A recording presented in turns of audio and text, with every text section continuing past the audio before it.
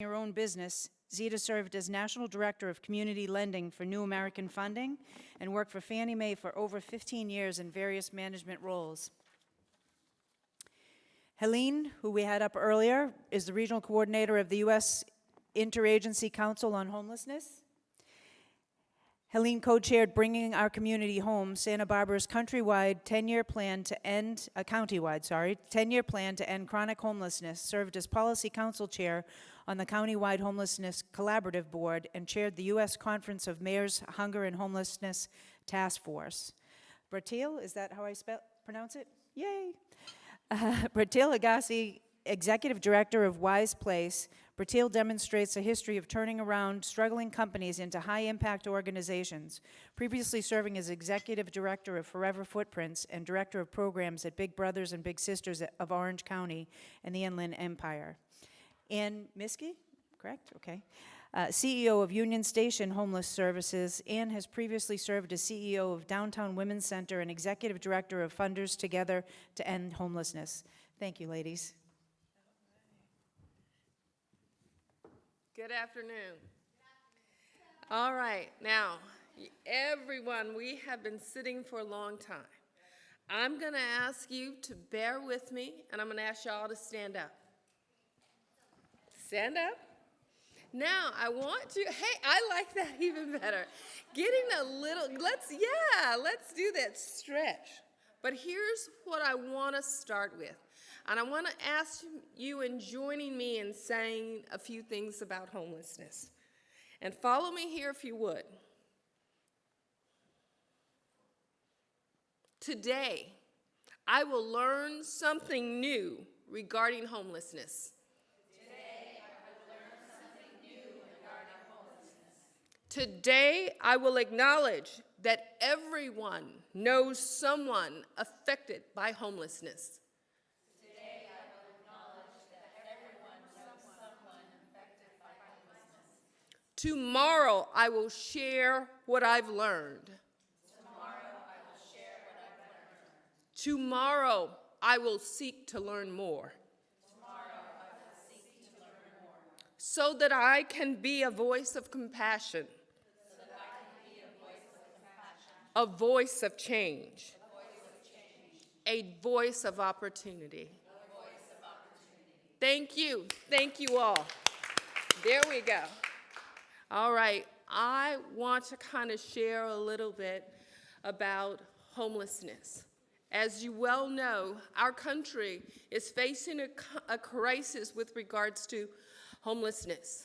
In the recent numbers here in California, as we looked at the data from the homeless count, we saw that by and large, community over community saw an increase in the number of homeless in their communities. They are struggling to figure out why.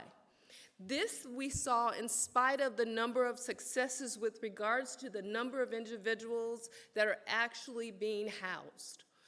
I am so proud to be here with this panel of experts that's going to share their experiences, ideas, resources, and just kind of anything that I think will bring us to helping bring about change and a solution with us today.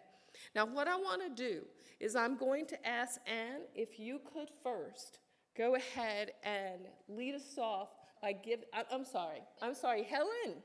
Helen, if you could lead us off by kind of showing us and kind of walking us through your presentation. I'm going to hand that to you. And green means go. Yep. And there we go. Okay. There we go.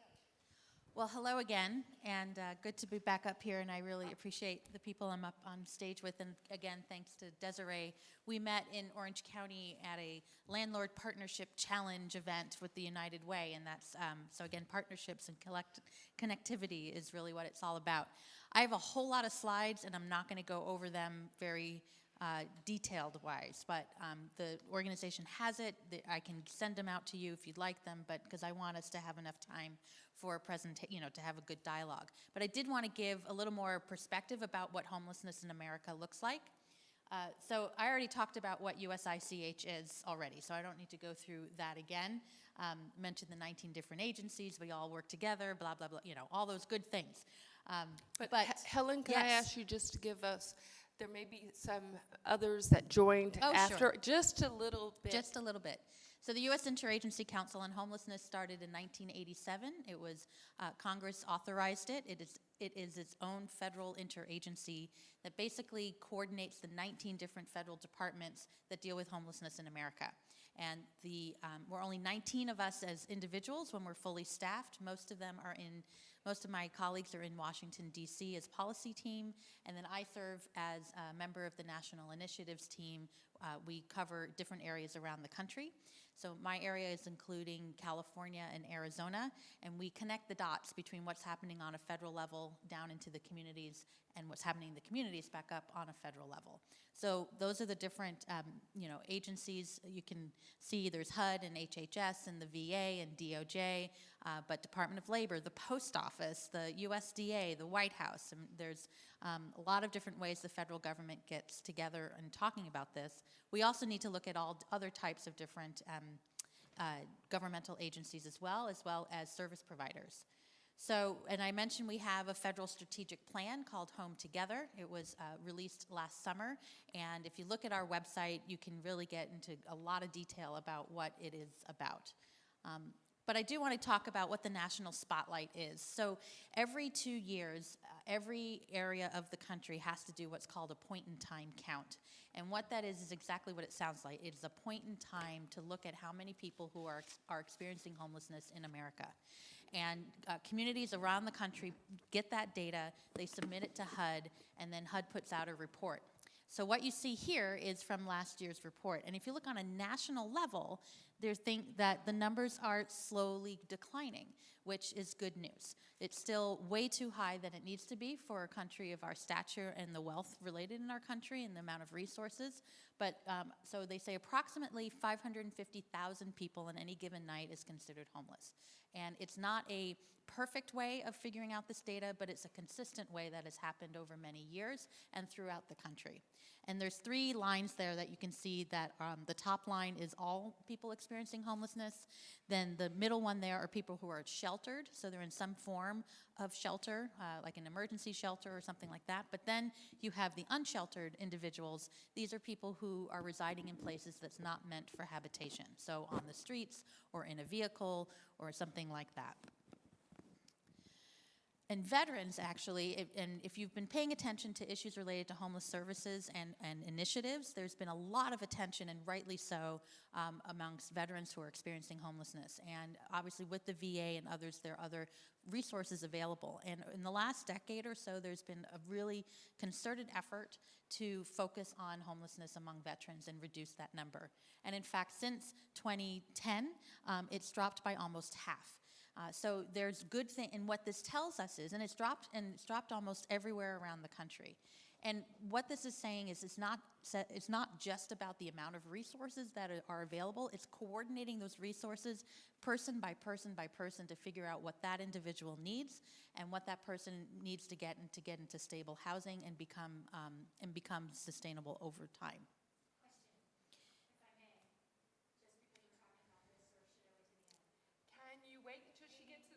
And then absolutely, and thank you so much for that, because one of the things that we want to have is we're going to leave most of our time after the presentations for questions and answers. Okay, thanks. There have been initiatives called Challenges to End Veteran Homelessness, or you might have heard as a Mayor's Challenge to End Veteran Homelessness, that's still in effect. And USICH, we work with communities to determine whether they are able to call that out and say that they have actually made a sustainable effort and they have succeeded in actually ending veteran homelessness in their community. That doesn't mean that no veteran will ever experience homelessness in that community. What it means is there's a system in place so that should someone fall into homelessness or be risk of it, that there's a system in place to get them back into housing as quickly as possible. And so they don't become chronically homeless or stay homeless for a long time. There's some lingo that you're going to hear thrown about. I'll read those out. Permanent supportive housing, or PSH. Yeah, there's alphabet soup when you're dealing with government for sure. But a housing model designed to provide housing assistance, whether it's a project or tenant-based assistance, and supportive services on a long-term basis to formerly homeless people. So the idea behind this, and you hear the term housing first, is someone goes from being homeless, the first thing that you do is provide them with housing for as long as they like, and then the supportive services around them. And those supportive services may differ from individual to individual. Another term you'll hear is rapid rehousing, which is a housing model designed to provide temporary housing assistance to people experiencing homelessness, moving them quickly out of homelessness and into permanent housing. One way of thinking about this is connecting them back with family members or services or friends or other people that they may not have thought of before when they were at risk of homelessness. And then finally, unsheltered homelessness I mentioned already, people whose primary nighttime location in a public or private place is not designated for or ordinarily used as a regular sleeping accommodation for people. So we'll hear those terms quite a bit. California has some challenges, and this is a map from an organization called Urban Initiatives. It's looking at the point in time count from 2017 to 2019. You don't need to see all the little numbers in there, but basically the red means it's increased, the blue means that it's decreased. In most of the places around the state of California, you've seen a rise in the number of people experiencing homelessness. Some of that has to do with better data collection and a better way of actually collecting, doing the process itself. But a lot of it, as we can certainly see, especially among unsheltered individuals, that the number is rising, as we can see. This is taken from LAHSA, which is the Los Angeles Homeless Services Authority, and this is exactly what you were just mentioning earlier. So LA County has seen a rise in homelessness as shown on the map, and yet in 1 year they were able to house a record number of individuals that they know of, that the people that they worked with. So over 21,000 people just in LA County were homeless who became housed. The problem was in LA County is that more people were at risk or they lost their housing and they fell into homelessness. So the inflow was bigger than the outflow. And part of this dealing with rising rents, some of it dealing with loss of other forms of housing, a variety of different things that now we're looking at, how can we figure that out in terms of providing not just new housing in LA County, but housing that people can afford to live in or to get them off the streets and into housing. So this is from LAHSA as well when they did their point in time count report earlier this year. So it sounds very frustrating, right? You're doing all these great things, great work, great coordination, housing record number of people, and that the numbers go up. So one of the things USICH is doing as part of its strategic plan is we put together a paper called Aligning Affordable Housing Strategies with Actions to End Homelessness. I have a slide for each of these 9 points, but I'm not going to go through them now, so we'll have more time to go over them during questions. But really to see, not only to align your efforts, and not just the federal government, but private equity firms or landlords or private property owners. Who are the players involved in this? Looking at how to set goals and how to monitor and collect your data. How do you message out to the community so you don't have people who are concerned because of a fear factor or unknown that they're going to say no to anything before they hear the details? And then how do you align the funding programs? Helene, So I do want. So I'm so sorry to interrupt. Oh, no, Yeah. you're fine. Okay. Someone lost their wallet that was part of our last panel. Could I ask you to kind of look and see if you see a wallet? Sorry.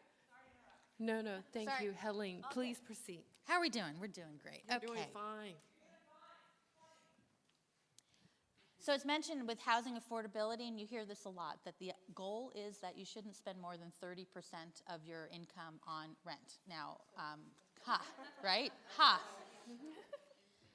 In theory, right.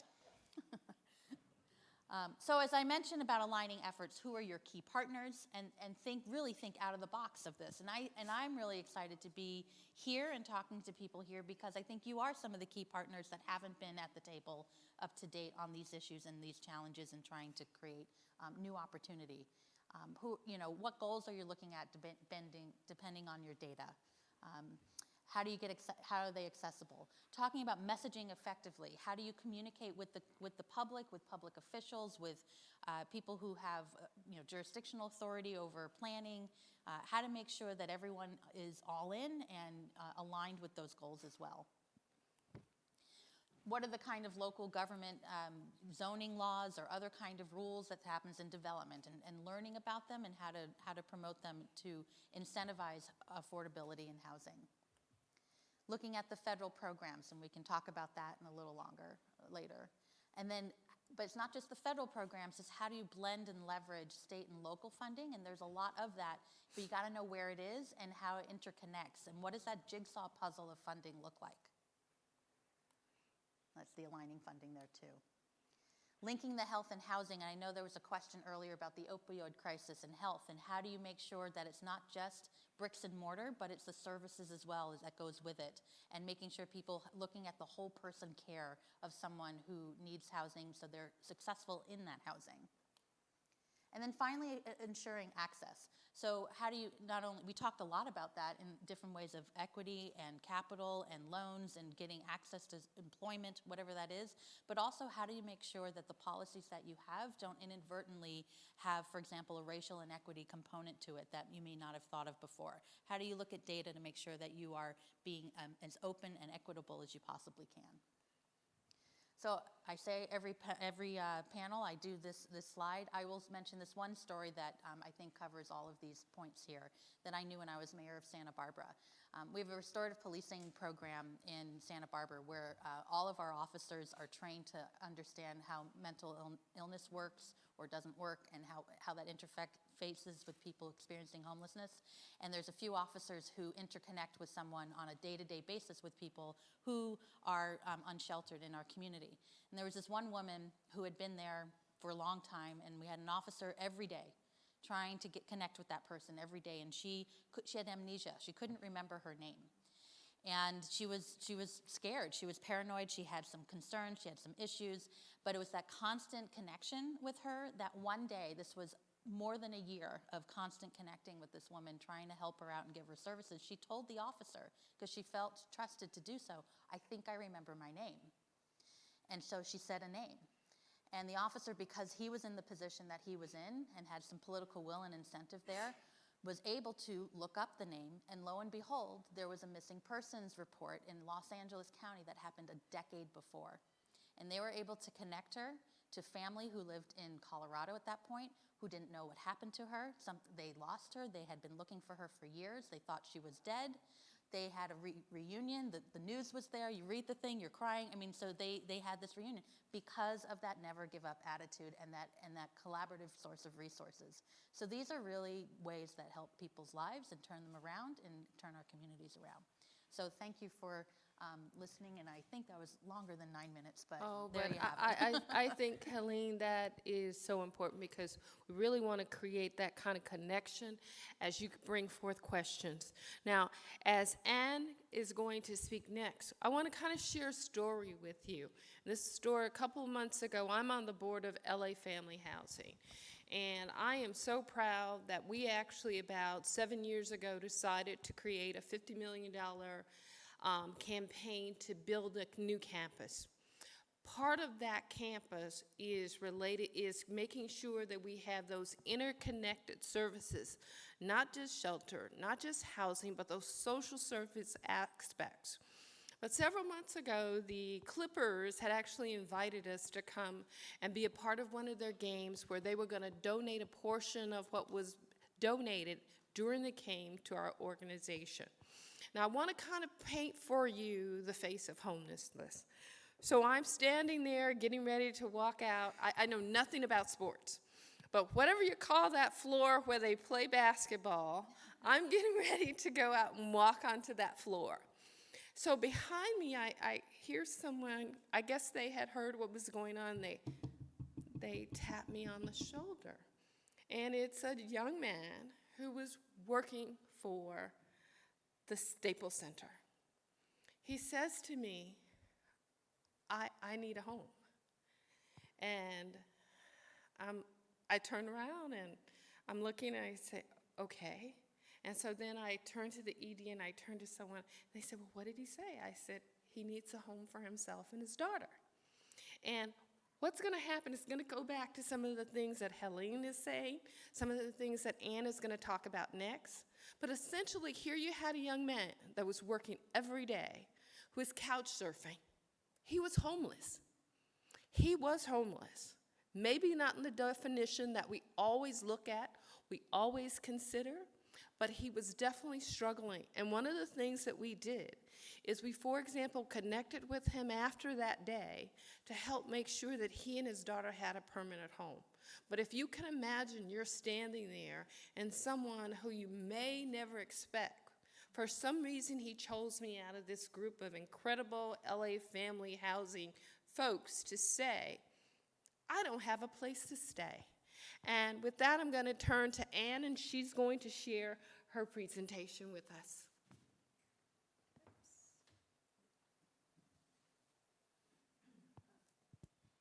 Good afternoon.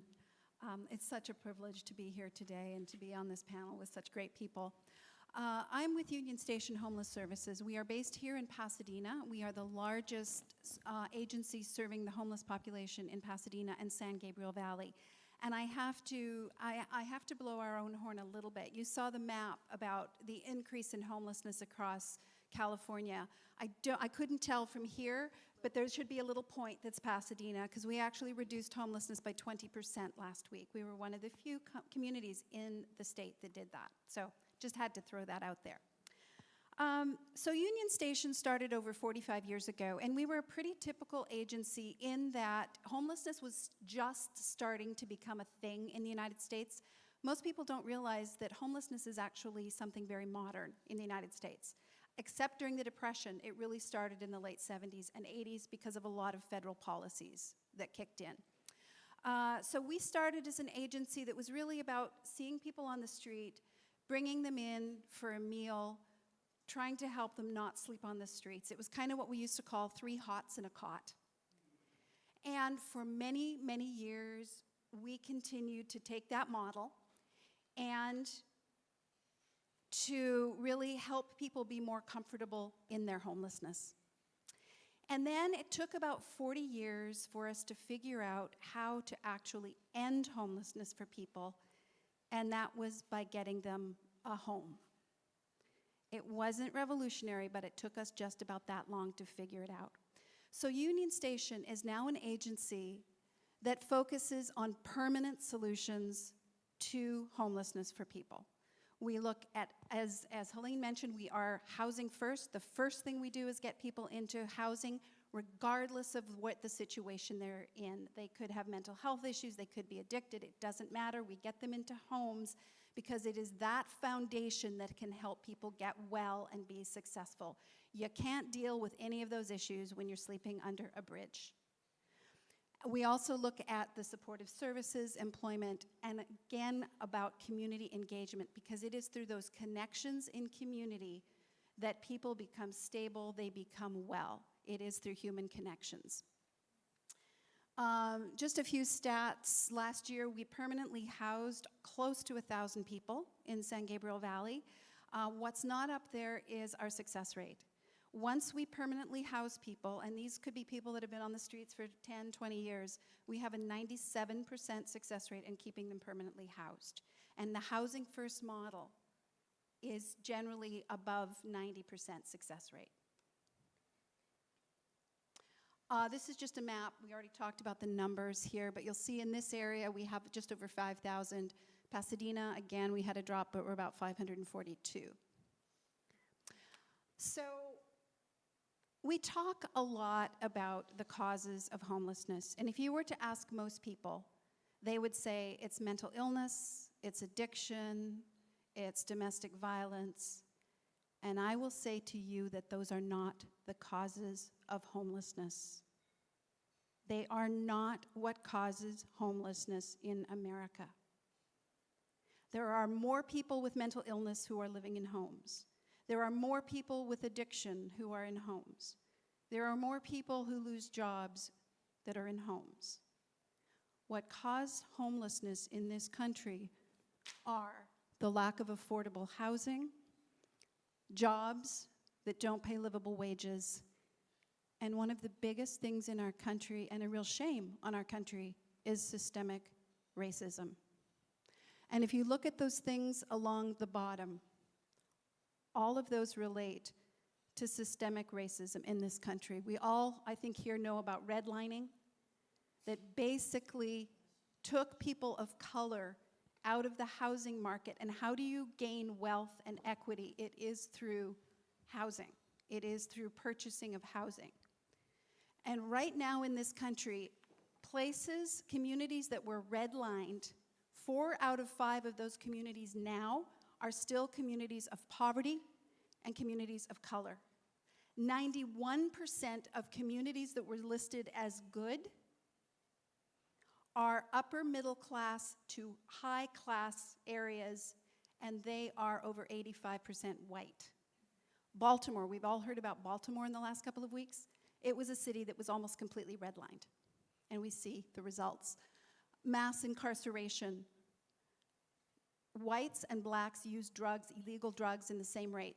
If you are black, you are 6 times more likely to be incarcerated for a drug conviction. And once incarcerated, it's hard to get housing, it's hard to get jobs. Eviction is to black women what mass incarceration is to black men. Women are 30% more likely to be evicted if you are a woman of color, and especially if you have a child. And once evicted, you move steadily down in the housing market until you hit homelessness. So these are the causes of homelessness, folks. So if people ask you what is the cause, don't say mental illness and don't say addiction. What those things are is those are individual vulnerabilities. And the way I like to put it is if you have a weak immune system, you are more likely to get the flu.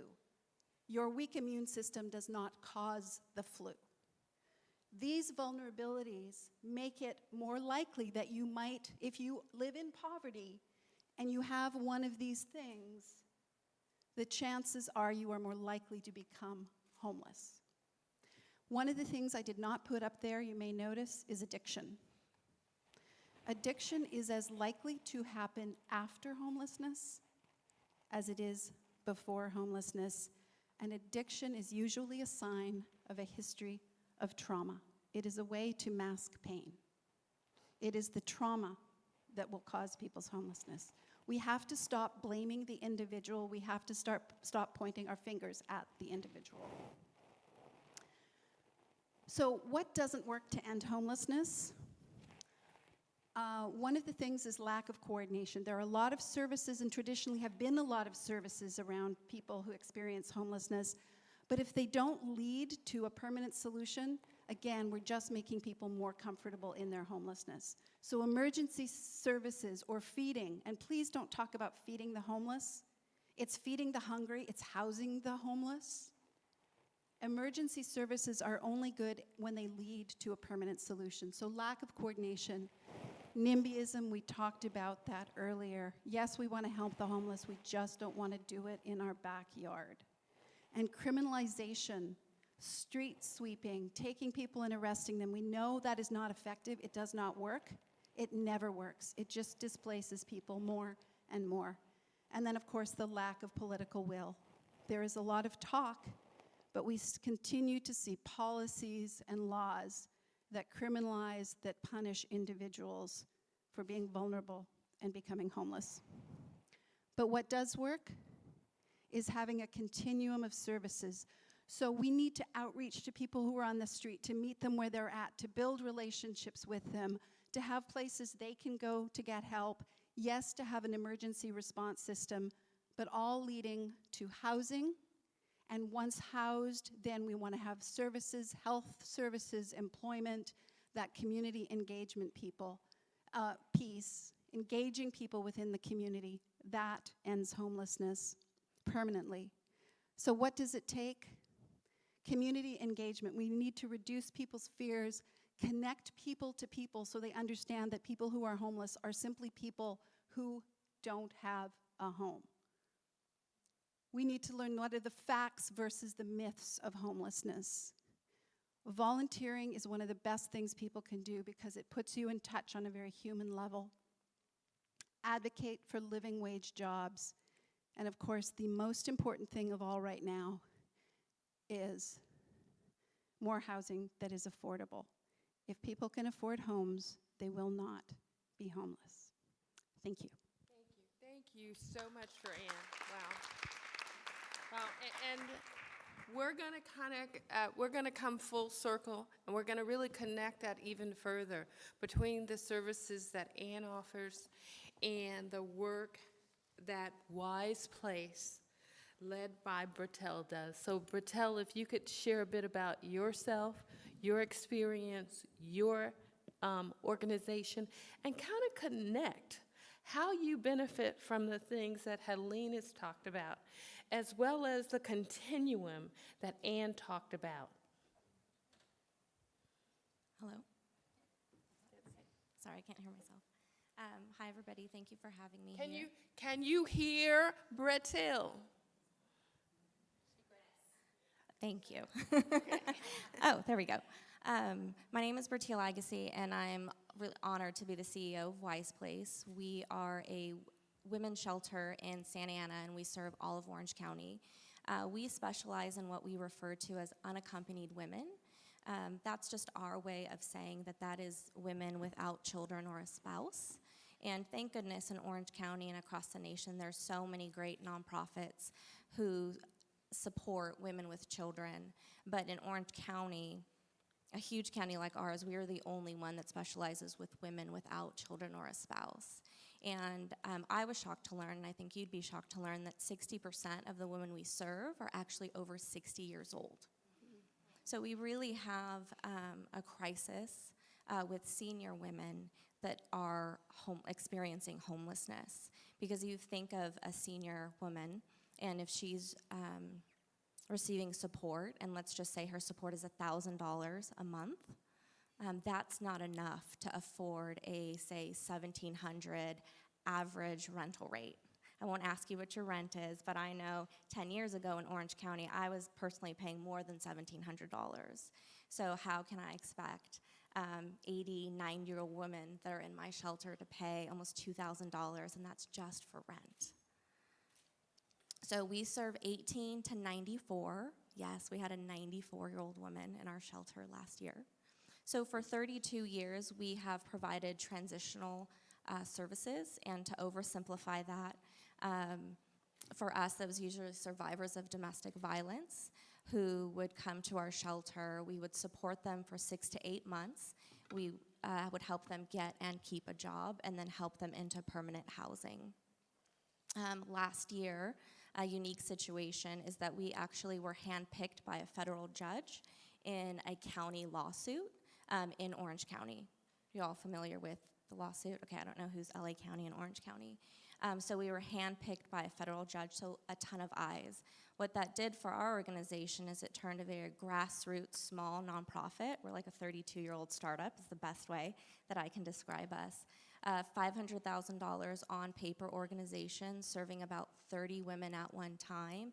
And in less than 5 weeks, we're a $2.3 million organization serving 100 women at one time. And because we opened a low-barrier emergency shelter, I even have 6 dogs and 2 kitty cats right now that we serve as well.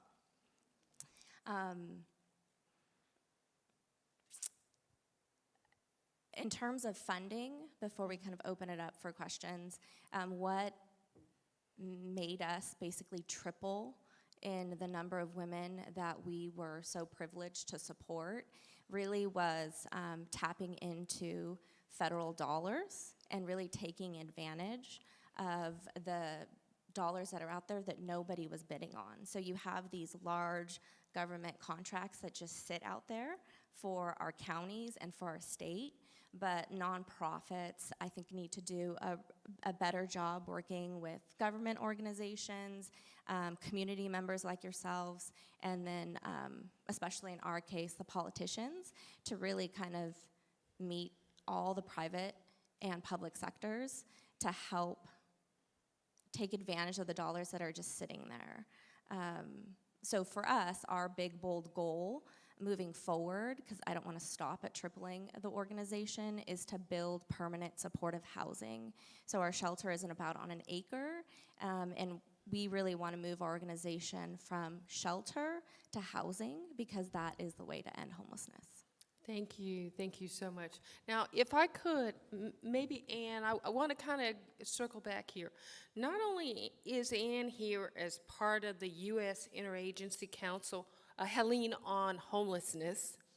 She's also a mayor, or was, in Santa Barbara.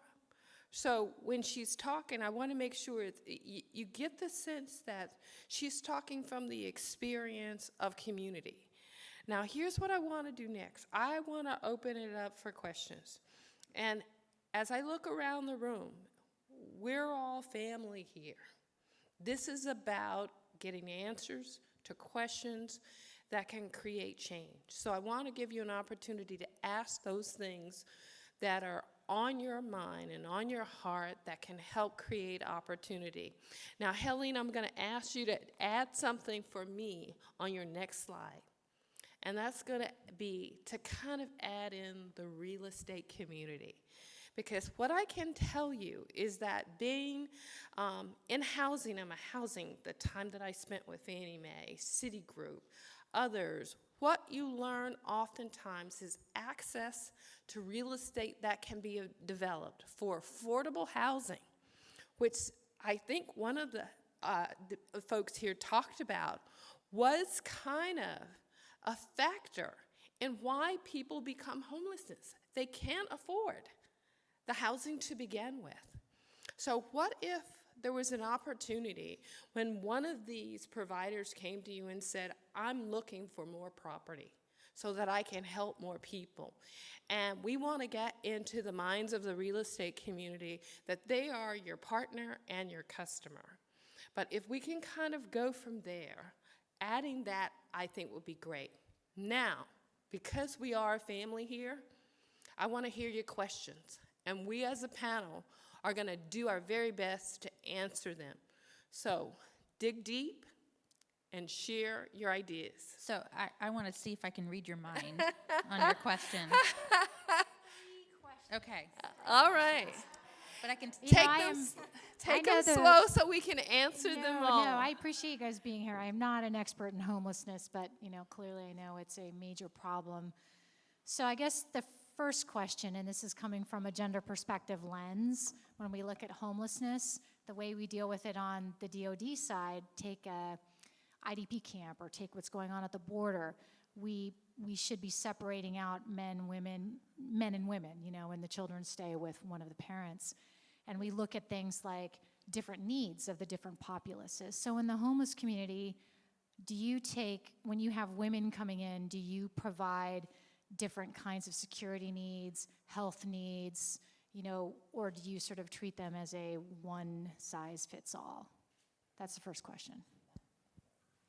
So that's a really good question, and I used to be at the Downtown Women's Center where it was easy because we only had women. So I would say women do have needs that can be different from men. Obviously, a lot of women have experiences in domestic violence. A huge percentage of women we see on the street, not necessarily fleeing, but certainly that may have been at the root of where they're at. Sexual violence on the street. When we're talking veterans, military sexual trauma is a huge issue with a lot of women veterans. So we take a real trauma-based approach when we're working with all our clients, but recognizing that the traumas may be somewhat different. We have to look at safety. And again, that's true for both men and women, but for women, there may be that added layer.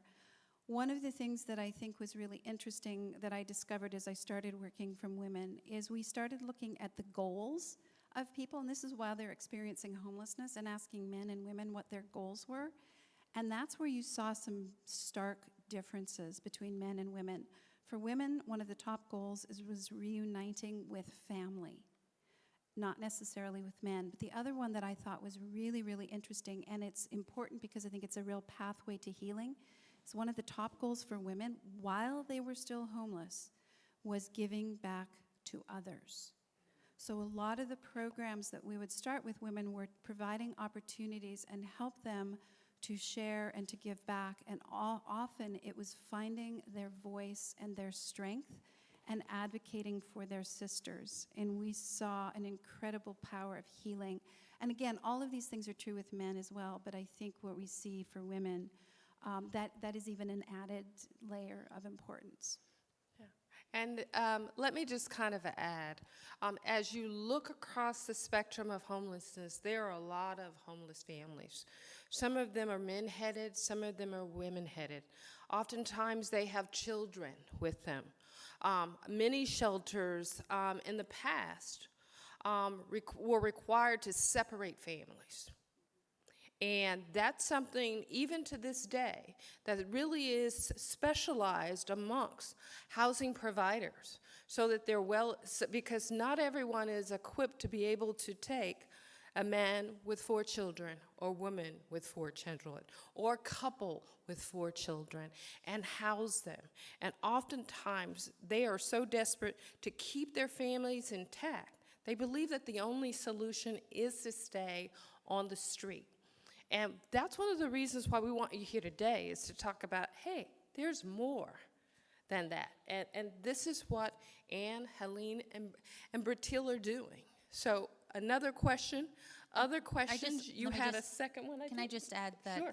in terms of the data is only as good as the data we collect, and it's the best we have, but there's nowhere near great data. And so in the HUD report, it does break it down by gender, by race, by age, all these different things, but a lot of it in point-in-time counts are self-disclosed. So if you're interviewing someone who's homeless during the point-in-time count, you'll ask, are you a veteran? But unless they affirmatively say that they are, and so just listening to you earlier, I'm sure that it's underreported, the number of women veterans that are there. I'll also say there's been some more data analysis going on with the California Policy Lab looking at unsheltered individuals, and the difference of women's experience being unsheltered and men are vast in terms of being more acutely likely to have more significant illnesses, or again, dealing with violence concerns or other forms of trauma. It's a higher rate among unsheltered women than men. This data is just now starting to come out, and so the idea of it is, once you know a little more where the gaps are, how do you fill those gaps, and how do you work together to close that gap? And I just wanted to add one piece about women veterans. There are a lot of women veterans who have received less than honorable or dishonorable discharges as a result of military sexual trauma. So they reported it and ended up being the ones that were. So there are resources out there for these women, legal resources, not enough, but there are some that are working to get their status changed based on that, so they can actually access resources provided by the VA, because right now they're cut out of those resources because of that. Now, Brateil and Anne, I want to kind of ask you to answer this question for myself. Within your communities, how can people here, if they see someone that is homeless, or if they're seeing it in their community, what can they do to support that individual and the community? How do they go? What are the kind of the first steps? Is there a place they can call? Talk a bit, and we'll start with you, Brateil. Our shelter is open 7 days a week, 24/7. We never close. And we have a street outreach team because, and it's linked to your question earlier, everything starts with trust and safety, right? So giving somebody a card and telling them to call WISEPlace or come to WISEPlace, that's not going to work. You can still do that as a community member, and I always have cards and I say, call me, help me. But we need to go beyond that as a community, and there are organizations that have street outreach teams that staffs are well-versed in resources. Sometimes it's just supplying hygiene kits, bus tokens, being a resource to somebody, looking them in the eye. That seems so simplistic, but that really is a starting point. And then organizations like ours, where we're open 24/7, anybody can just walk up and we're here to serve. But I would really say rely on those, like in Orange County, it's called CityNet. They really are the experts. They're called the Blue Shirts. That's how this works in Orange County. On a daily basis, their sole job is to go into the community and build that trust and build that connection, so that one day, kind of like what you had in your slides, the never give up, one day that person will want to come forward and be supported by WISEPlace. And that is also why, you know, I restructured our programs. And so I mentioned the domestic animals.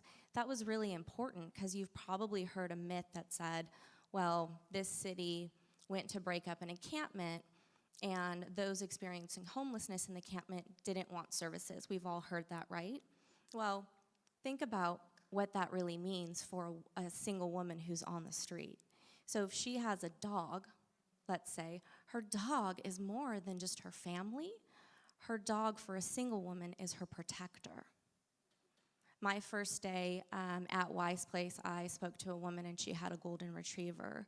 And she told me before she came to WISEPlace, she was almost assaulted, so that's raped, 3 times, but her golden was her protector, right? So when street outreach happens and she's asked if she'd like to be served by WISEPlace and find shelter and safety at WISEPlace, if we didn't accept her domestic animal, she wouldn't have come. So it's really important to meet women and men where they are. Well, and let me just ask you, Brateil, let's say they forget WISEPlace. I can't remember the name of that organization. Where can I call within the city, within the county? How do I go about that? And more importantly, how do we communicate that there may be a need without without making the individual that is struggling with homelessness to criminalize them? Have you all heard of 211? No. Okay, so it is a great resource. It is a national resource, so it doesn't matter if you live in Orange County or LA County. Just like you would call 911 when you have an emergency, think of 211 as kind of a social service resource. So you can call 211 and say for us, instance, I live in Orange County, I live in this city, I would really like to help a neighbor. What is the number of a shelter? So you don't need to know that we are called WISEPlace, right? So in Orange County, and hopefully every county, it is very coordinated. I know oftentimes it's very frustrating as a resident, and you think, what is my county doing? But in Orange County, there is a larger plan to build 2,700 units of permanent supportive housing. I've committed to 50 of those units on our acre to build housing to end homelessness. So 211 is a great resource because they are the hub of everything social services. So you can call and say, I need a shelter here, and they will help connect you. They will say, here are the 5 shelters, these are the differences, this is the phone number. And if your 211 is really on top of their game, and I know that that varies, they should know WISEPlace has 5 beds, 5 cots open in their emergency shelter. They have 2 apartment units. So it can be that specific. As a county operator, we do a bed count every morning at 9:30, and that feeds into our 211. So there is a really coordinated system working to help people and keep our community safe. One of the other resources for people living in LA County is LA Hop, and it's an online service that you can go. If you see someone experiencing homelessness, you go online and you type it in and you say, I saw a person at the corner of, you know, X and X, and they look like they're homeless. That information is sent to a local agency with outreach teams, and they will go out and they will check on that person, and then they will respond to you. They're not going to give you any details because that's private information, but they will say, you know, we went to that spot, we engaged with the person, you know, thank you for the referral. 211. There was a great sign on the 710, huge big sign once, and it said, what do you say to a homeless person? Hello. And I cannot say how important it is, and you mentioned it. One of the most important things you can do is if you see someone you think is experiencing homelessness, look them in the eye and say good morning, hello. Because talking to people who have been on the street, I talked to one woman and I remember her looking at me and saying she had been sexually assaulted on the street. attacked many times, went hungry many times. A middle-aged woman didn't have access to a bathroom at night, all of these things. And she said, but the worst thing about being homeless is I am invisible. And she said, pretty soon I became invisible to myself. I lost my sense of self. And by looking at someone in the eye and acknowledging that they are a human being is the first step. And people who work in the field, we build relationships, we help people. But I think there's an important thing we cannot forget. There are approximately 10,000 beds in Los Angeles County, shelter beds on any given night. There are 60,000 people who are homeless. Do the math. So we can want to help these people, and we say people are service resistant. They are not service resistant, okay? They know there's nothing for them. So we have reframed it. We call them housing waiting. They're not service resistant, they're housing waiting. In San Gabriel Valley, we have 90% of the people experiencing homelessness are signed up for services and waiting for housing. But why would they engage with you when they know at the end of it there's nothing? So they're in encampments, they're living under the bridge, they're doing these things. There's no housing for them.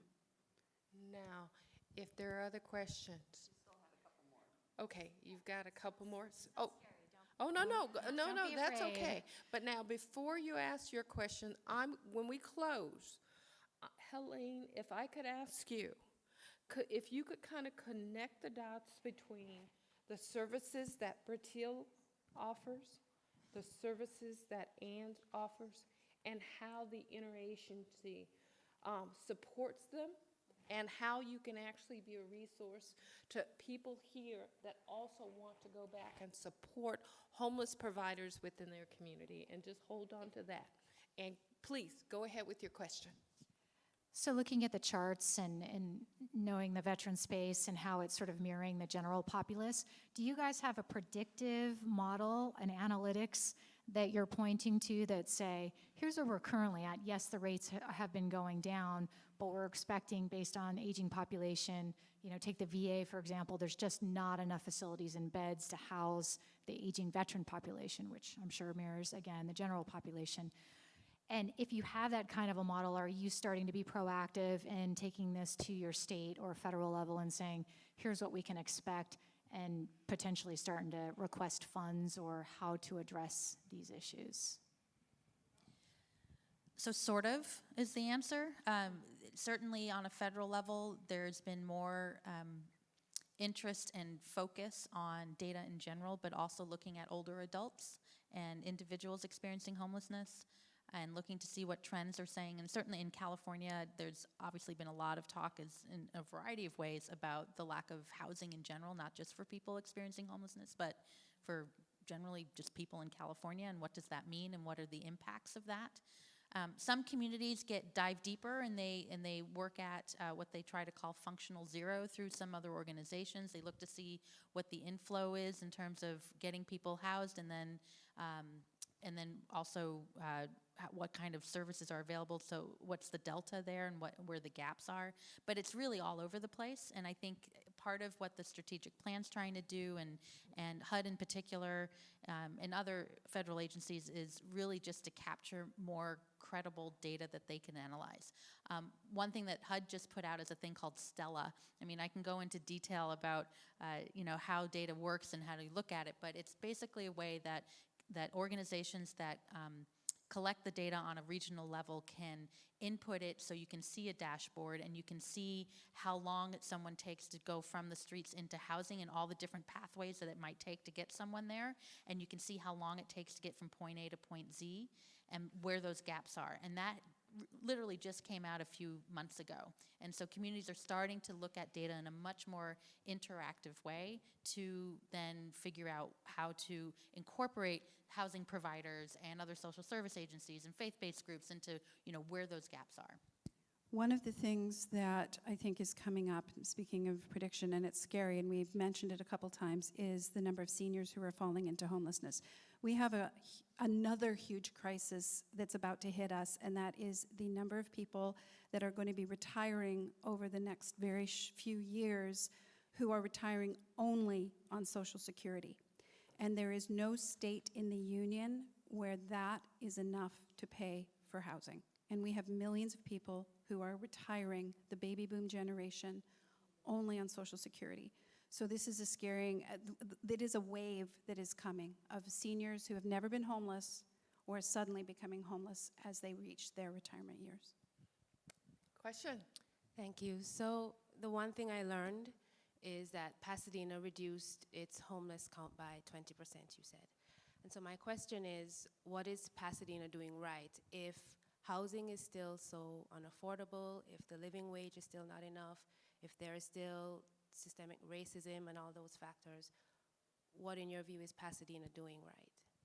So it's a combination of things. One, we have an amazing housing department that works really well and really hard on trying to get as much affordable housing happening, and not just permanent supportive housing sort of for the most vulnerable homeless, but at all levels of affordable housing. So I heard a newspaper reporter did an analysis of cities in Los Angeles County and said that Pasadena is actually the most right-sized in terms of numbers of affordable housing, although Pasadena is becoming more and more expensive. I think the key to Pasadena has been the coordination of services between social service agencies, the city, the housing department. Faith organizations have a huge voice in Pasadena, and they advocate the hell out of housing. They are out there en masse, and that has affected political will. So it is that coordination of all sectors in the community and real estate. We work with some amazing, amazing landlords and real estate agents, and that has been key to finding housing. So it's all of those sectors working together. Yes, Desiree. I'd like to add to it. I met Helene at the United Way and Homelessness in Orange County. And it is a platform that was formed a year ago. It's a 5-year project where Disney came in and started off with $5 million donation. Why do I bring this up? Because we have family offices in here. We have big-time investors we heard where hundreds of millions and billions of dollars have gone into the platform, is because one of the biggest things we hear is getting affordable housing built. It takes an average of 5 to 7 years to get it passed through in the multifamily. Yes, we're having champagne. For everyone who saved, we're serving champagne, everyone, so please turn around to the go with it on homelessness. So we're congratulating everyone.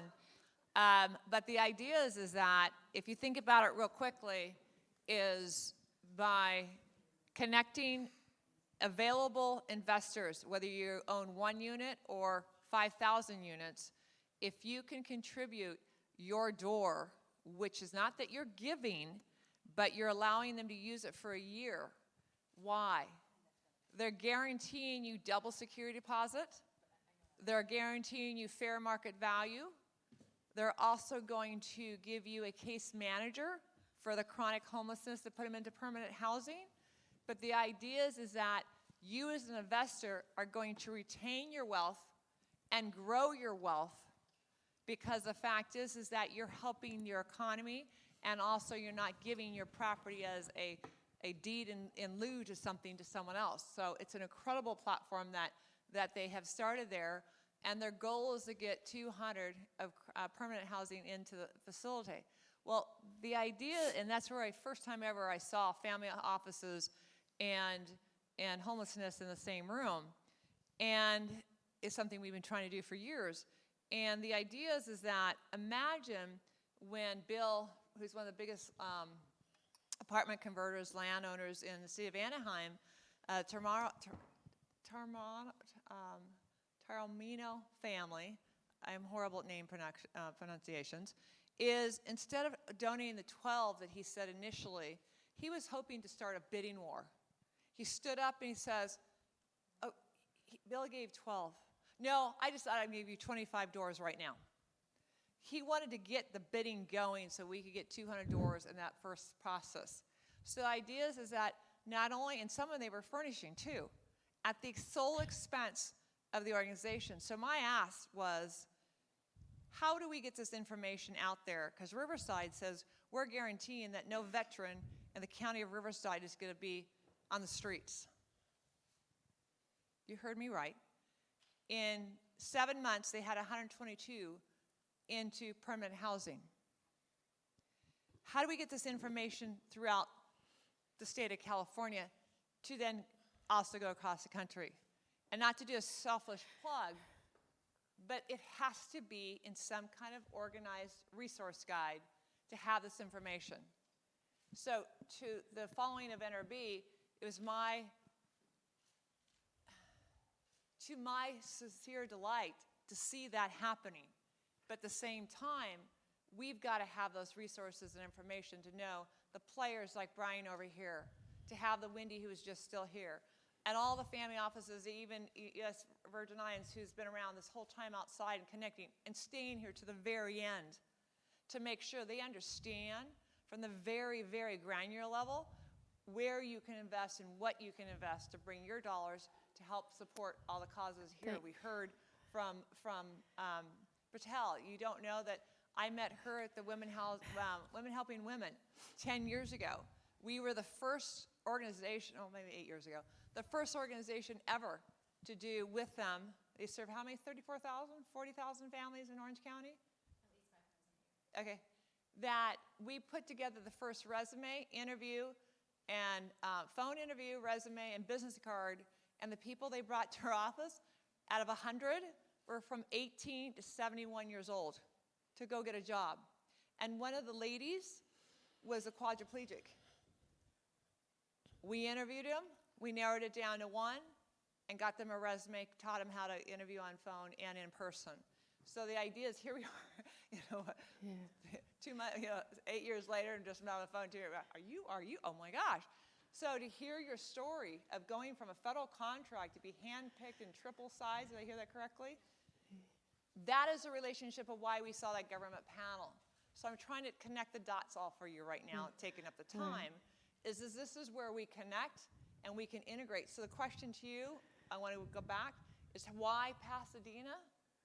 Because they had people on the street connecting and making sure that you knew about it. And we're on the face-to-face.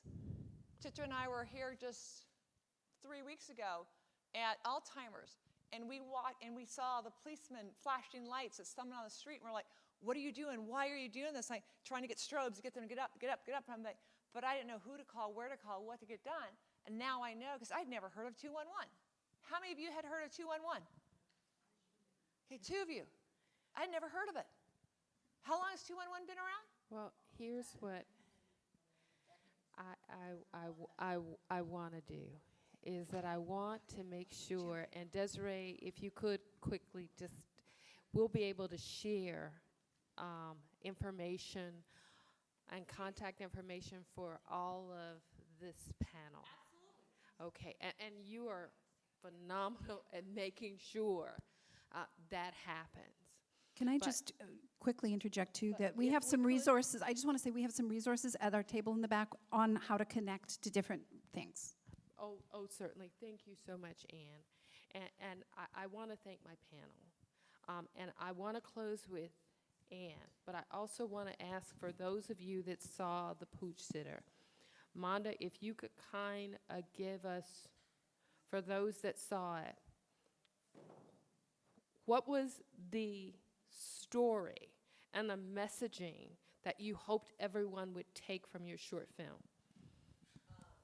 What does homelessness look like? And to also increase the awareness that it can be you. And I think people need to be a lot more sensitive to that. At this, I'm 51, and in the last couple of years, I've had several friends say to me, I've never been in this situation. I'm broke AF. I don't know what I'm going to do. I mean, and it seems to almost be an epidemic. And my mother lives with me. My mother's 71. She's super healthy, but she just decided a couple of years ago that she just didn't want to work anymore. She's exhausted. You know, she's a single parent, raised me, and my mother makes about $800 a month with her Social Security. And I'm thinking to myself, if I wanted to even boot her out, we live in Silver Spring, Maryland, right about a mile and a half from Washington, D.C., where the cost of living is high. And I'm like, even if I wanted to, I couldn't. That's mom. But she's in a position now with very little savings, very little 401k, and it's frightening. That was frightening to me. And I also worked for a fintech company, like I mentioned before, for a year and a half, and they did a deep dive into looking at different financial, the financial health of many Americans. And they had a product that actually was going to incent Americans to pay off debt more quickly, and it involved taking out of their checking account when they get paid. And I traveled all over the United States and worked with different borrower help centers in association with Freddie Mac. That did not go well because people out here, you're talking about taking money out of their checking account, they're robbing Peter to pay Paul. So that idea didn't sit well with them. I'm like, people are just trying to survive. And again, with the average American with $400 worth of savings, anything can happen. Medical emergencies, the kids, just anything. And so I was concerned. I was very concerned. And I said, you know what? This is something I want to do just to, you know, and I try to pay it forward as much as possible. So if I would kind of Yes. take what you said, said the a lot. face of homelessness is one that can look very different, but can also be very personal and very close to home. And that for many of us, we are one paycheck away from homelessness. I'm going to thank my panel, and I'm going to close with Helene, who's going to share some insight. And Sure. thank you all. So we had a little over an hour to talk about how to solve homelessness. Obviously, that's not going to work, right? So I would suggest a couple things I just want to close the loop on, especially with this audience and talking about housing and real estate and opportunity.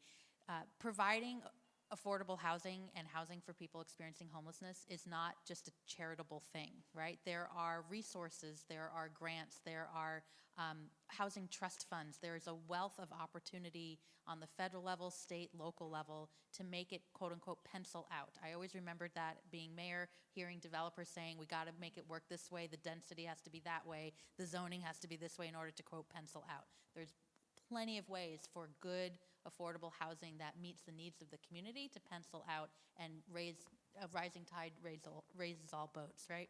So I would just push that out there in terms of local rules and also resources that are available at all levels.